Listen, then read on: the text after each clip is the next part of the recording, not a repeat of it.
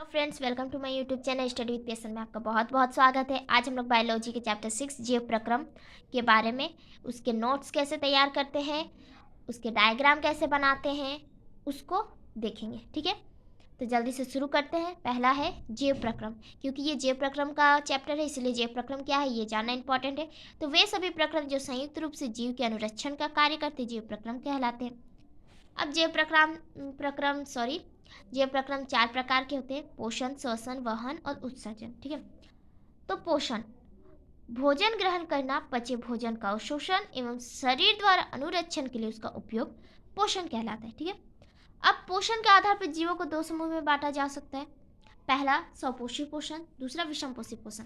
मैंने जैसे डायग्राम बनाए हैं, जैसे इसको डिवाइडेड किए हैं, आप भी ऐसा कर सकते हैं।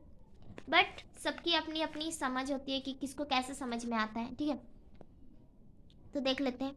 आप यहाँ से हिंट ले सकते हैं, फिर आप चाहे तो अपने तरीके से भी बना सकते हैं।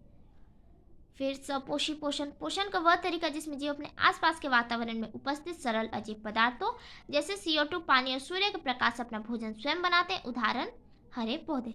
तो पोषण का वह तरीका जिसमें जीव अपने आसपास के जो हमारा वातावरण होता है उसमें उपस्थित जो भी सरल अजैव पदार्थ होता है। अजैव पदार्थ क्या, जैसे कि मृदा, वन, वायु, जल, वही हो गया अजैव पदार्थ। और भी बहुत सारे से CO2 लेते हैं, पानी लेते हैं, सूर्य के प्रकाश से अपना भोजन स्वयं बनाते हैं। उदाहरण क्या, उदाहरण हरे पौधे। ये जो उदाहरण है ये बहुत ज़्यादा इंपॉर्टेंट है, और इससे भी ज़्यादा इंपॉर्टेंट है ये हरे, क्योंकि सभी पौधे तो स्वपोषी होते नहीं है, ये आगे हमें पता चल जाएगा। तो यहाँ पे हरे पेड़ पौधे भी लिख सकते हैं। ठीक है, अब विषम पोषी का डिफिनेशन देख लेते हैं।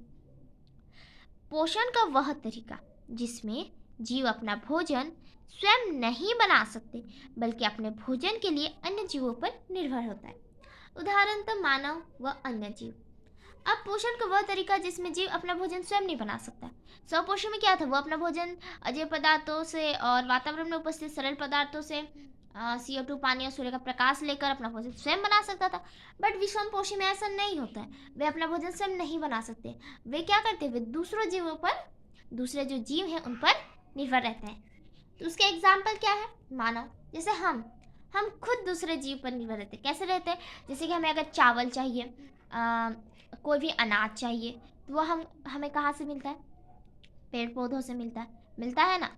वैसे अगर हमें मांस चाहिए, दूध चाहिए, अंडा चाहिए, तो वे मुर्गी, फिर जैसे गाय, उन सब में से मिलता है। तो हम, और भी बहुत सारे वैसे रीज़न हो सकते हैं, तो हम दूसरे जीव पर निर्भर रहते हैं। और भी अन्य जीव हैं, जैसे कि हो गया बकरी या गाय। वे क्या करते हैं, वे घास खाते हैं। तो वो घास कहाँ से मिल रहा है, पेड़ पौधों से मिल रहा है, मतलब कि वे भी दूसरे जीव पर निर्भर है।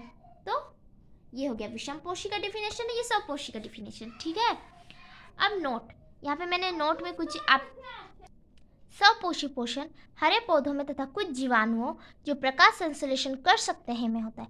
स्वपोषी पोषण किस में होता है, एक तो हरे पौधों में होगा, हरे पेड़ पौधों में, तथा कुछ जीवाणुओं, जीवाणु मतलब बैक्टीरिया में प्रकाश संश्लेषण होता है। प्रकाश संश्लेषण यह वह प्रक्रम है जिसमें स्वपोषी बाहर से लिए पदार्थों को ऊर्जा संचित रूप में परिवर्तित कर देता है। यह पदार्थ कार्बन डाइऑक्साइड तथा जल के रूप में लिए जाते हैं, जो सूर्य के प्रकाश तथा क्लोरोफिल की उपस्थिति में कार्बोहाइड्रेट में परिवर्तित कर दिए जाते हैं। अब प्रकाश संश्लेषण कैसा प्रक्रम है, तो यह वह प्रक्रम है जिसमें स्वपोषी बाहर से लिए पदार्थों को ऊर्जा संचित रूप में परिवर्तित करते हैं। ठीक है, ये पदार्थ कार्बन डाइऑक्साइड लेते हैं, फिर जल के रूप में लिए जाते हैं। ठीक है, जो सूर्य के प्रकाश तथा क्लोरोफिल की उपस्थिति में कार्बोहाइड्रेट में परिवर्तित कर दिए जाते हैं। ठीक है, तो एक इम्पोर्टेंट यहाँ पे जो एग्जाम लेवल के लिए इम्पोर्टेंट है, आता है क्वेश्चन कि जो सौर ऊर्जा को रासायनिक ऊर्जा में परिवर्तन किस प्रक्रम द्वारा होता है, तो प्रकाश संश्लेषण के प्रक्रम द्वारा। ठीक है, और इसको कौन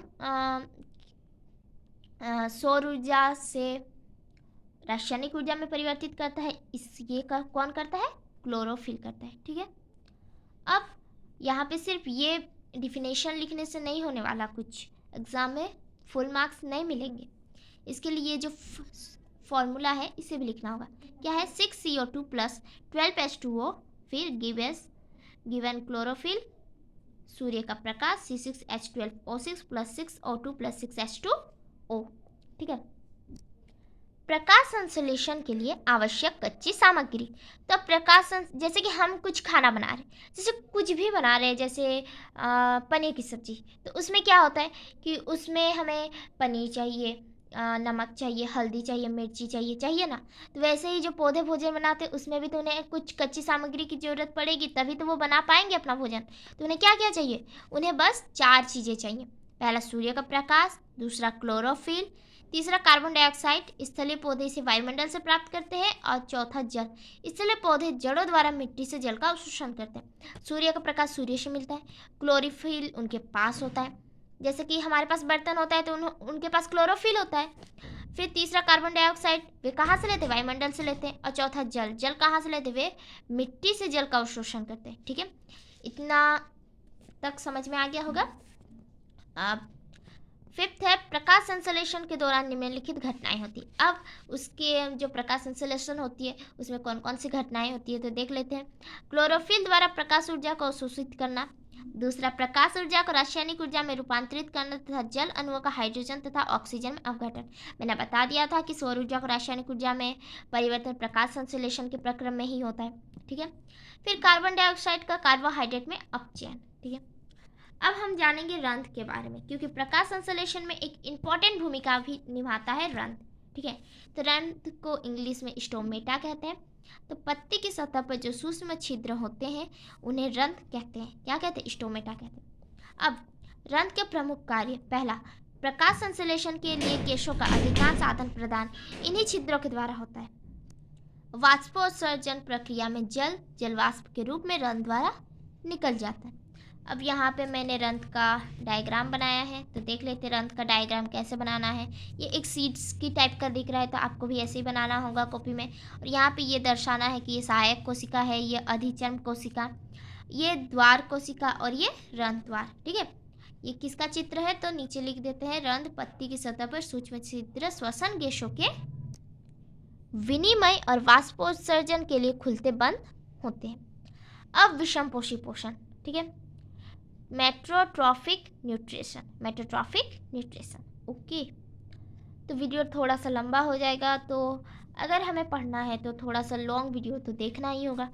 तो प्लीज़ वीडियो में एंड तक बने रहिएगा। ठीक है। फिर देखते हैं विषमपोषी पोषण 3 प्रकार के होते हैं। प्राणी संपोषण, मृतजीवी पोषण, परजीवी पोषण, होलोजिक, सैप्रोटिक, पैरासिटिक। ओके। अब प्राणी संपोषण क्या होते हैं? इसमें जीव संपूर्ण भोज्य पदार्थ का अंत ग्रहण करते हैं तथा उनका पाचन शरीर के अंदर होता है। उदाहरण, अमीबा, मानव। प्राणी संपोषण क्या होता है? इसमें तो सबसे पहले जीव भोजन को अंत ग्रहण करते हैं, मतलब भोजन को पहले खाते हैं, उसके बाद उसका पाचन करते हैं, नॉर्मल लैंग्वेज में। ओके। उसका उदाहरण क्या है? एग्जाम्पल, अमीबा और मानव। एग्जाम में पूछा जाता है ये क्वेश्चन, इसलिए इसकी जो एग्जाम्पल है उसको अच्छे से याद कर लीजिएगा। ठीक है। तो प्राणी संपोषण में हम भी आते हैं, हम भी भोजन को पहले यहाँ पे दिया हुआ एग्जाम्पल में अमीबा और मानव। ठीक है। फिर आता है मृतजीवी पोषण। तो मृतजीवी अपना भोजन मृतजीवी के शरीर व सड़े गले कार्बनिक पदार्थों से प्राप्त करते हैं। उदाहरण, फफूंदी और कवक। ठीक है।